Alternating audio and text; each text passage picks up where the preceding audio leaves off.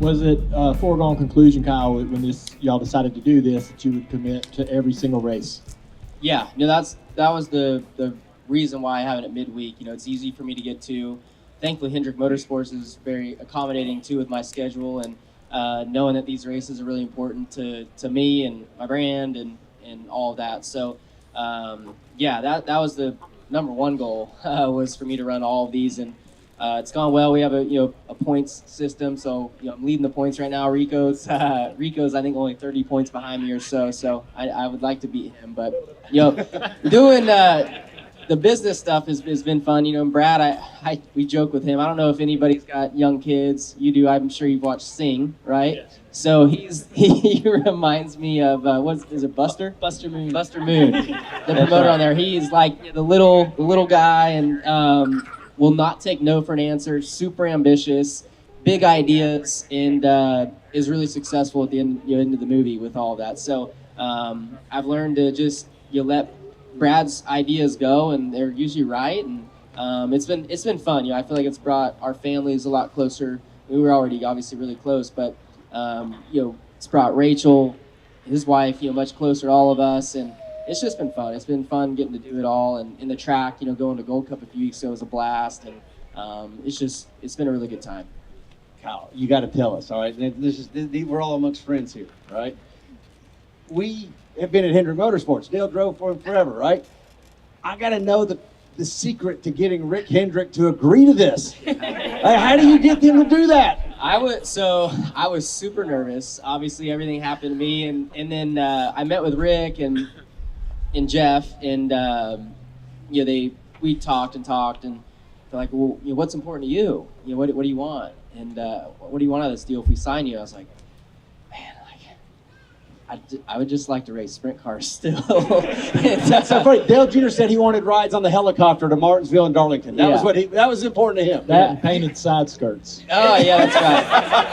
Yeah, I should have aimed a little higher. Yeah, I was like, man, this is gonna be the end of it. Like, I've got this Hendrick Motorsports opportunity in front of me, and I'm gonna kill it by telling them I want to race sprint cars still. But thankfully, the schedule is way different now than when you were full time. Like, back then, you were testing all the time. You were practicing on Fridays and Saturdays, racing Sundays.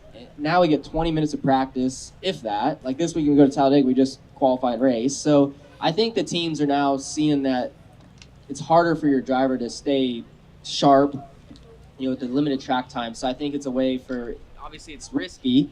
It's risky racing, letting your driver race sprint cars and dirt stuff and all that. But I think they see the upside of it, staying sharp and racing and all that. So, and in 2021, my first year, Hendrick had obviously went really good, winning the championship, and I raced more that year than I ever have. So, that's called leverage. Yeah, yeah. So no, it's gone good. I'm appreciative of it for sure. So, how do you decide how many races you're going to run, and how do you manage your schedule? Because I know you don't run every race. Right, so tell us what dictates that? Yeah, so I run the Outlaw Tour, and this is kind of the first year that High Limits has come onto the stage. So the Outlaws didn't really love the High Limit series because it's viewed a little bit as a challenge to them with our higher purses and middle of the week, and their drivers are like myself are wanting to race these races. So the Outlaws went ahead and made a rule that you could run 4 races outside of their series and keep their benefit package. So this is one of my 4 races that I'll be running outside of that, which is for $50,000 to win here on a Tuesday night, which is super cool. But yeah, we chose 12 this year because, for one, that fit kind of Kyle's schedule. It was just enough that it, we got to fill it out. Anything less, I think, wouldn't have been enough, and anything more would have felt a little too much to be middle of the week, because then we're out here, too many middle of the week. So yeah, we'll just learn from this year and kind of see what happens. And so when you're not driving, you're literally just a series owner navigating around on the whole property. Yeah. So I really enjoy it. It's kind of the next chapter of my life. As you get older and kind of start thinking about what the next chapter is going to be. You've mentioned that twice. Yeah. So what are we? You going to retire soon? Yeah. Honestly, from driving, I don't see myself racing. Too many more years. Than he looks too. I don't believe it. Yeah. It wasn't that long ago. He's racing in our Xfinity cars, so I know he's not too old. I'm 37 now. And, Good Lord. Yeah. Got all kinds of time. I know, but having a little girl Oh, yeah. and being away on the road, I've enjoyed I've been on the road racing for 10 years, so I just feel like it's I've really enjoyed kind of the art of the show, right? Like I really think there's some innovation. I really love our product, and I really think that it could be showcased, a lot better and more efficient. And I just think it's my turn to take my shot here, and I'll keep racing for as long as I need to keep racing. But I'm definitely very enthusiastic and excited about running the series and hopefully helping elevate the whole sport of sprint car racing. I had the chance to talk to Casey Kane years ago on my podcast, and he was just getting back into racing on dirt.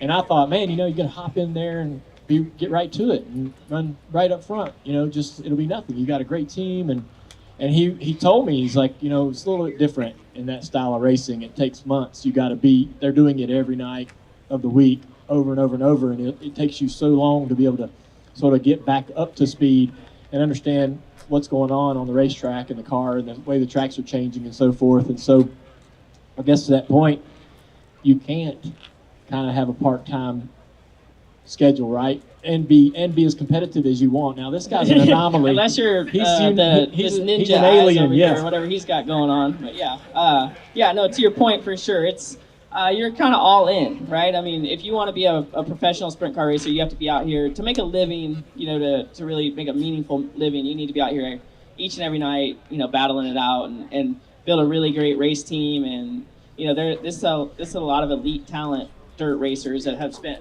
many years out here honing their skills. So I know it's taken me a long time to get to the level that I've gotten to. So I think that's kind of the point, is when you're at the top level for so long, you start to it takes a lot mentally, physically, for me to compete with this guy who makes it look so easy. But the reality is it does take a lot of yourself away from your family. It's 90 races a year that they're running. So, I mean, you think about the time away from home, and there's no private jets and all that. So it's a grind for sure, and especially living in California too. Most of the races are Midwest, East Coast. So it's your life. I mean, it's your life on the road. I mean, you spend 200 and something days in a hotel, and you're driving around. And, it's definitely, you have to be very passionate about it, and it's definitely what I dreamt of doing, was being a champion, and I've accomplished that. And I definitely am excited to have this opportunity to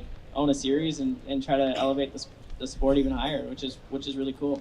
I hear you. I do hear y'all, and I believe you. However, a few weeks ago, I saw a 48-year-old lead like 47 laps in the Xfinity Series race before he decided to start a campfire in the floorboard of his car. So I'm just saying, I think it still can be done on a competitive level. Maybe be a little selective on races. Yeah, for sure. I mean, you just never really know what the future holds. Right now I'm committed to racing. I love racing. I'm committed to beating Kyle tonight. I'm committed to winning this 50 grand. That's what we want to talk about. I'm excited, but if we're talking about the series, I can get just as excited about that too. All right, how are you going to beat Brad tonight?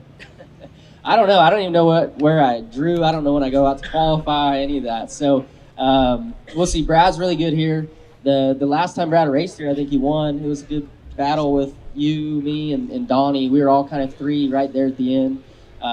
Maybe Donnie snuck by you. I don't know. Not that one, but I did win. I think the last Commonwealth Clash here. I might have, like 2 years ago. Brad's been good here lately. He's Brad's good. And Brad loves money. Brad loves money. And he wants that money.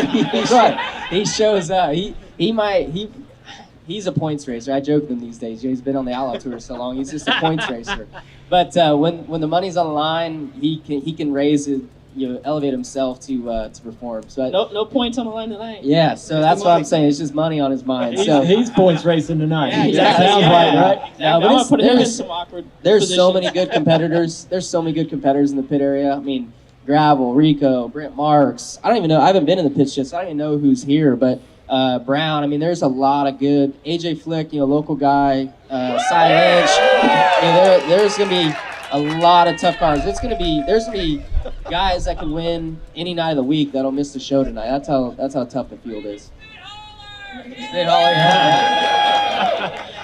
I guess that let's get into tonight. What can we expect from this racetrack? The temperatures. What kind of racetrack we're gonna have?